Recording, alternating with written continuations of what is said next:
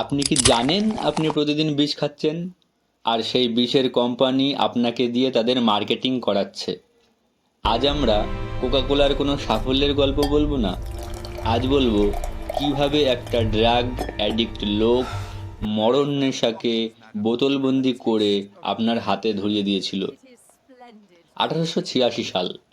জন Pemberton নামে এক খ্যাপাটে লোক, যে নিজে ছিল মরফিন অ্যাডিক্ট, সে ছটফট করছিল নতুন কোনো নেশার জন্য। সে ল্যাবরেটরিতে এমন এক সিরাপ বানালো যাতে মেশানো ছিল ওয়াইন আর কোকেন। হ্যাঁ, আপনি ঠিক শুনেছেন, কোকেন। এই পানীয়টি রিফ্রেশমেন্টের জন্য ছিল না, এটা ছিল ব্রেনকে ধোঁকা দেওয়ার একটা শর্টকাট। কিন্তু ঝামেলা বাঁধল যখন সরকার অ্যালকোহল নিষিদ্ধ করল। পেমবার্টন তখন ওয়াইন সরিয়ে চিনি মেশালো। জন্ম নিল আজকের কোকাকোলা। কিন্তু এই পানীয় মানুষের কাছে পৌঁছালো কিভাবে? কারণ কোকাকোলা জানতো মানুষ যুক্তি দিয়ে না, ইমোশন দিয়ে কেনে। তারা দেখলো তাদের পানীয়তে ড্রাগের অভিযোগ উঠেছে। তারা কি করলো? রাতারাতি কোকেন সরিয়ে ক্যাফেইন আর চিনির পরিমাণ কয়েক গুণ বাড়িয়ে দিল। এটা ছিল ইতিহাসের সবচেয়ে বড় লিগ্যাল ড্রাগ ডিল। আপনি যখন একটা কোক খান, আপনার ব্রেইনে ঠিক সেই ডোপামিন রিলিজ হয় যা একজন ড্রাগ অ্যাডিক্টের হয়। তারা আপনাকে তৃষ্ণা মেটানোর নাম করে সুগারের নেশায় বুঁদ করে ফেলল।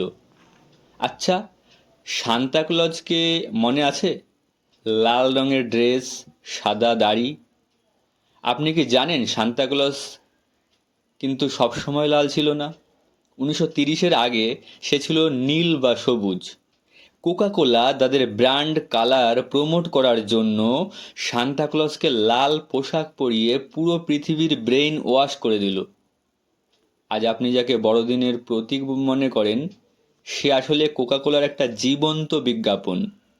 ভাবুন, তারা আপনার অবচেতন মনকে কতটা কন্ট্রোল করে।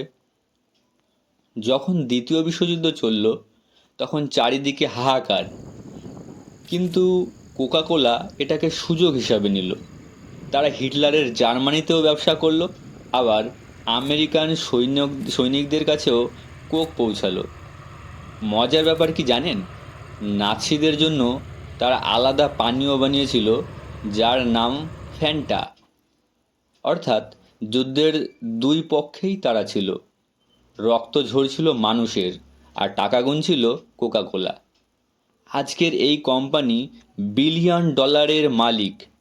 তারা আপনাকে শেখায় খুশি শেয়ার করতে, কিন্তু আড়ালে আপনার শরীরে ঢুকিয়ে দিচ্ছে লিটার লিটার চিনি আর কেমিক্যাল।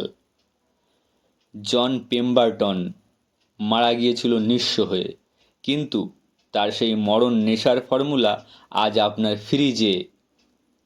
পরের বার যখন কোকের বোতলে চুমুক দেবেন, মনে রাখবেন আপনি তৃষ্ণা মেটাচ্ছেন না, আপনি একটা 100 বছরের পুরনো কর্পোরেট ট্র্যাপে পা দিচ্ছেন।